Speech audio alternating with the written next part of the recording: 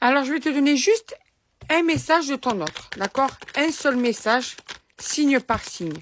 Ton signe et le message de ton autre, d'accord?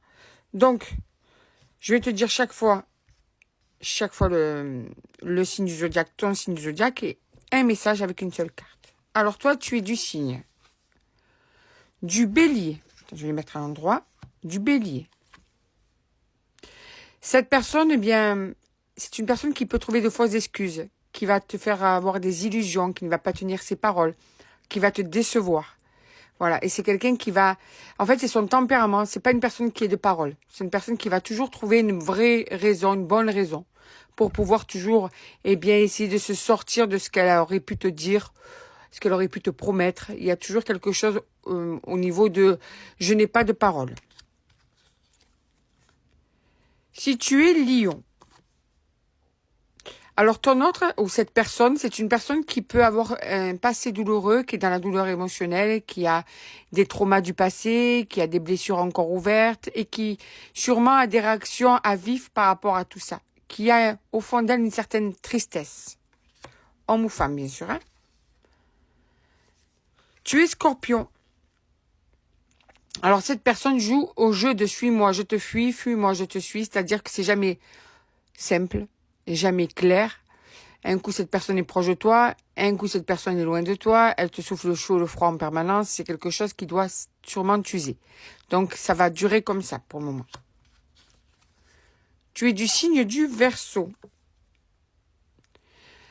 On a une personne là qui te surveille, qui est jalouse, qui manque de confiance en elle, qui a peur de te perdre, qui a envie de voir si toi tu parles à d'autres personnes, si toi tu penses à elle ou pas. Tu vois, c'est une personne qui a besoin de te surveiller et qui est dans la jalousie. Poisson. Cette personne pense à toi. Quand tu vois cette vidéo, cette personne pense à toi. Cancer. Ouh là là. Alors cette personne est pleine d'ego, d'orgueil, narcissisme. C'est-à-dire que cette personne s'aime à elle en premier. Après le reste, on voit. Elle se met beaucoup devant. Une personne qui peut être assez égocentrique. Donc il y a beaucoup d'ego. Cet ego, c'est quelque chose qui peut se mettre au milieu de vous, à travers vous, dans votre situation, dans votre relation, et qui peut d'ailleurs mettre des blocages dans la relation. Tu es Capricorne. Oh, alors là, vous avez dû vivre une cassure, une dispute là. Cette personne en ce moment est un petit peu à fleur de peau. Tu es Gémeaux.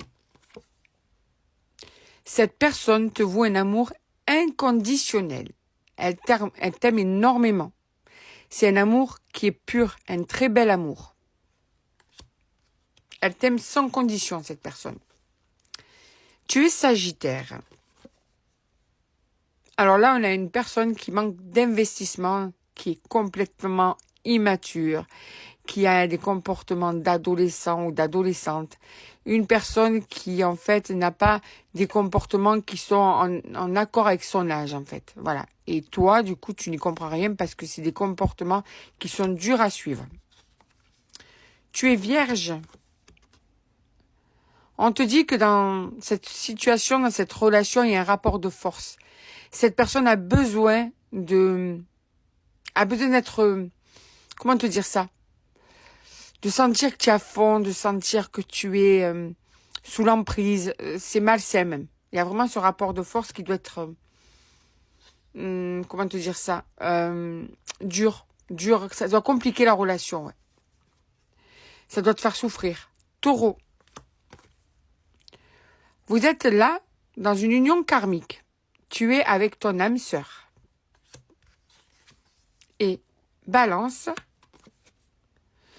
Il y a un engagement, une officialisation, un mariage, quelque chose qui va prendre forme. Ça peut être aussi mariage, engagement, union, emménagement, faire un enfant. Voilà, il y a vraiment un vrai engagement qui va se faire par rapport à cette personne.